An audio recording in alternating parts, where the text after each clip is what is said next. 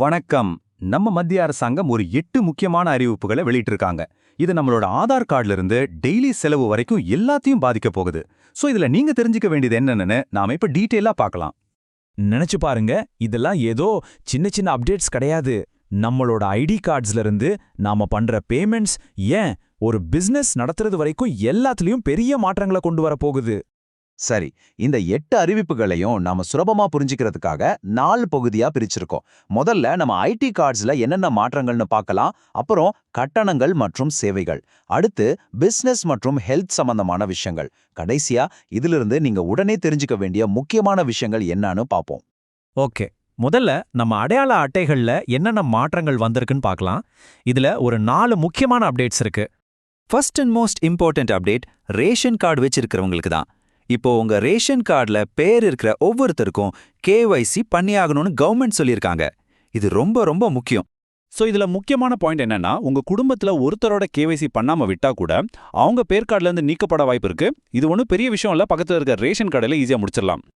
அடுத்ததா பான் கார்டுக்கு வருவோம்.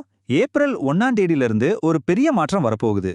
என்னன்னா, இனிமே நீங்க பான் கார்டு அப்ளை பண்ணும்போது டேட் ஆஃப் பர்த் ப்ரூஃபா ஆதார் கார்டை யூஸ் பண்ண முடியாது.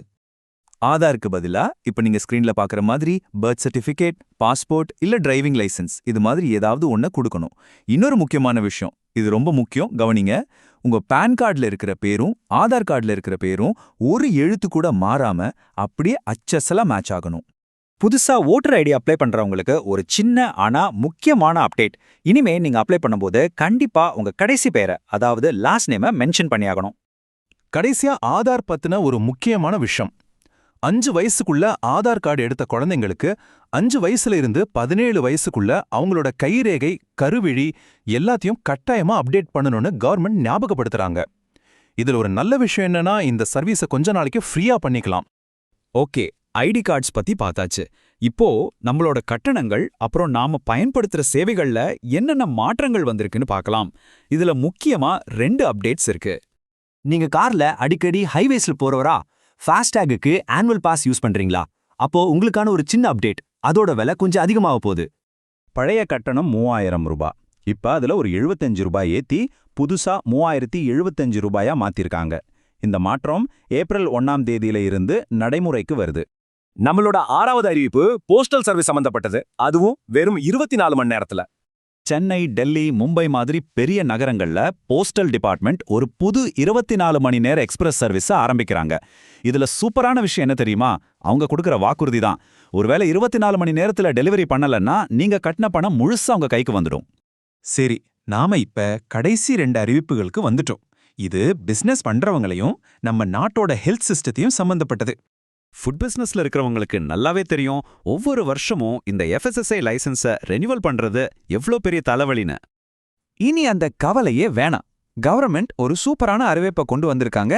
இனிமே புதுசா வாங்குற லைசன்ஸை ரினியூ பண்ணவே தேவையில்லை. ஒரு தடவை வாங்கிட்டா அது லைஃப் டைம் வேலிட். நம்மளோட 8வது, அதாவது கடைசி அறிவிப்பு, இது ஒரு லாங் டேர்ம் விஷன்.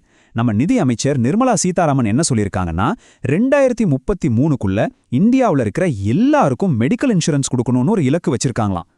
சரி, இப்ப நம்ம 8 மாற்றங்களையும் பார்த்துட்டோம். அப்போ இதிலிருந்து நீங்க உடனே செய்ய வேண்டிய முக்கியமான வேலைகள் என்னென்ன? இந்த 3 விஷயத்துக்கும் நீங்க கண்டிப்பா முன்னுரிமை கொடுக்கணும். ஏன்னா இது நேரடியா உங்க குடும்பத்தோட சலுகைகளையும் சேவைகளையும் பாதிக்கக்கூடியது. சோ உங்க ரேஷன் கார்டு கேவைசி, பான் கார்டுக்கு தேவையான டாக்குமெண்ட்ஸ், அப்புறம் குழந்தைங்களோட ஆதார் அப்டேட், இது 3ஐயும் உங்க டு-டூ லிஸ்ட்ல முதல்ல வச்சுக்கோங்க. உங்க குடும்பத்தோட ரேஷன் கார்டுல இருந்து உங்க ஹெல்த் வரைக்கும் இந்த மாற்றங்கள் நிச்சயமா ஒரு தாக்கத்தை ஏற்படுத்தும்.